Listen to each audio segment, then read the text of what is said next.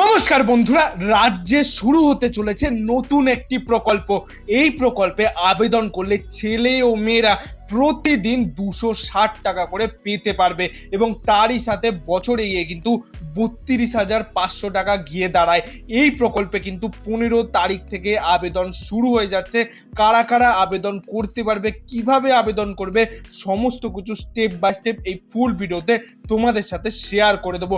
অবশ্যই ভিডিওটিকে সম্পূর্ণ দেখার চেষ্টা করো এবং চ্যানেলের নতুন দর্শক হয়ে থাকলে সাবস্ক্রাইব করে পাশের বেল আইকনটা অল করে দিও এবং ভিডিওটা ভালো লাগলে অবশ্যই একটা লাইক করে দিও। এখানে তোমরা দেখতে পাচ্ছ আমরা সরাসরি সেই ফর্মটা ওপেন করে নিয়েছি। এই ফর্মটা তোমরা 15 তারিখ থেকে যে 17 তারিখ পর্যন্ত জনকল্যাণ শিবির হবে প্রতিটা ব্লকে ব্লকে, সেখানে কিন্তু তোমরা এই ফর্মটা পাবে। এই ফর্মটা নিয়ে তোমাদের জমা করতে হবে প্রপার ভাবে ফিল আপ করে। কিভাবে ফিল আপ করবে দেখতে পাচ্ছ বলে দেওয়া রয়েছে প্রতি সমষ্টি উন্নয়ন আধিকারিক, তোমরা তোমাদের ব্লকের নামটা এখানে লিখে দেবে। তারপর বলা রয়েছে মহাশয় আমি, অর্থাৎ আমার নামটা এক্ষেত্রে তোমাদের লিখতে হবে। পিতা ও মাতার নাম এখানে লিখে দেবে। যারা আবেদন করছো তার নামটা কিন্তু এই আমির ঘরে লিখবে। তারপর তোমাদের পিতা ও স্বামীর নাম কিন্তু এই ঘরে লিখতে হবে। তোমরা যে গ্রাম পঞ্চায়েতের বাসিন্দা সেটা কিন্তু এই ঘরে তোমাদেরকে বসিয়ে দিতে হবে। গ্রাম পঞ্চায়েতের স্থায়ী বাসিন্দা এবং ভারতবর্ষের নাগরিক।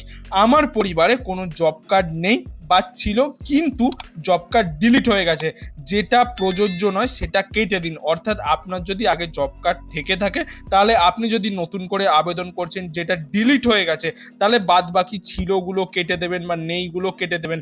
যদি আপনাদের কোনো জব কার্ড ছিল না, আপনারা নতুন করে আবেদন করছেন, তাহলে এই ছিলটা কেটে দেবেন এবং ডিলিট হয়ে গেছে এই দুটো কিন্তু কেটে দেবেন।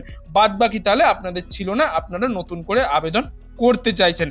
পরের লাইনে বলে আমি অথবা আমরা MGNRG 2025 অনুযায়ী মহাত্মা গান্ধী গ্রামীণ কর্মনিশ্চয়তা প্রকল্পে দক্ষ, অর্ধদক্ষ বা অদক্ষ শ্রমিক হিসাবে কাজের জন্য আবেদন করতে চাই। অনুগ্রহ করে পূর্বক আমার আবেদনের গ্রহণ করুন এবং আমার পরিবারের সকল তথ্য এই আবেদনের সাথে যুক্ত করা হলো। এবং আবেদনকারী যে রয়েছে, যে আবেদন করছে সেই আবেদনকারীর এখানে সই করতে হবে, স্বাক্ষর করতে হবে। তার পুরো নাম এখানে তোমরা লিখে দেবে, সেটা ক্যাপিটাল লেটারেও লিখতে পারো। এবং মোবাইল নাম্বার, যেটা তোমাদের রেজিস্টার মোবাইল নাম্বার তোমরা দিতে চাইছো, সেই মোবাইল নাম্বারটা কিন্তু এই ঘরে তোমাদেরকে বসিয়ে দিতে হবে। ফর্মের সাথে কিন্তু আরো দুটি ফর্ম তোমাদেরকে দেয়া হবে, যেটা হলো পারিবারিক তথ্য সংগ্রহের ফর্ম। এখানে আবেদনকারীর নাম লিখে দেবে, পিতা অথবা স্বামীর নাম লিখে দেবে, পরিবারের যিনি প্রধান সদস্য তার নাম এই ঘরে তোমরা লিখবে, বর্তমান বা স্থায়ী ঠিকানা তোমরা এই ঘরে লিখে দেবে, গ্রাম, মৌজা, সংসদ, গ্রাম পঞ্চায়েত, ব্লকের নাম, জেলার নাম, ওয়ার্ডের নাম, পিনকোড সমস্ত কিন্তু এখানে বলে দেওয়া রয়েছে। সমস্ত ভালো করে পড়ে তারপরেই কিন্তু তোমরা এই ফর্মটিকে ফিল আপ করবে। তারপরে পরিবারের সকল সদস্যের যে তথ্য সেটা কিন্তু তোমাদেরকে এই ঘরে দিয়ে দিতে হবে। পরিবারের সদস্যের নাম, পরিবারের যিনি প্রধান সদস্য থাকবে তার নামটা প্রথম ঘরে লিখবে। তারপর যদি কেউ 3জন সদস্য থাকে বা 2জন সদস্য থাকে, 4জন থাকে, সেই অনুযায়ী কিন্তু তোমরা পরপর প্রতিটা করে প্রতিটা সদস্যের নাম লিখবে এবং তাদের জন্ম তারিখ, জেন্ডার লিখবে, SC ST না OBC জেনারেল সেটা তোমাদের লিখে দিতে হবে। ভোটার কার্ডের নাম্বার, আধার কার্ডের নাম্বার, আধার কার্ডের সাথে মোবাইল নাম্বার সংযুক্ত রয়েছে কিনা সেটাও কিন্তু তোমাদেরকে দিতে হবে। এবং ব্যাংকের যে তথ্য চাওয়া হয়েছে সেটাও কিন্তু এই ঘরে তোমাদেরকে বসিয়ে দিতে হবে। এখানে নিচেই আবেদনকারীর স্বাক্ষর, অর্থাৎ যে আবেদন করছে তার সই এই ঘরে করতে হবে এবং যে পুরো নাম ক্যাপিটাল লেটারেও তোমরা লিখতে পারো, সেই পুরো নাম এক্ষেত্রে বসিয়ে দেবে। এটা কিন্তু রিসিভ কপি, তার নিচেরটা এটা কিন্তু কেউ ফিল আপ করবে না।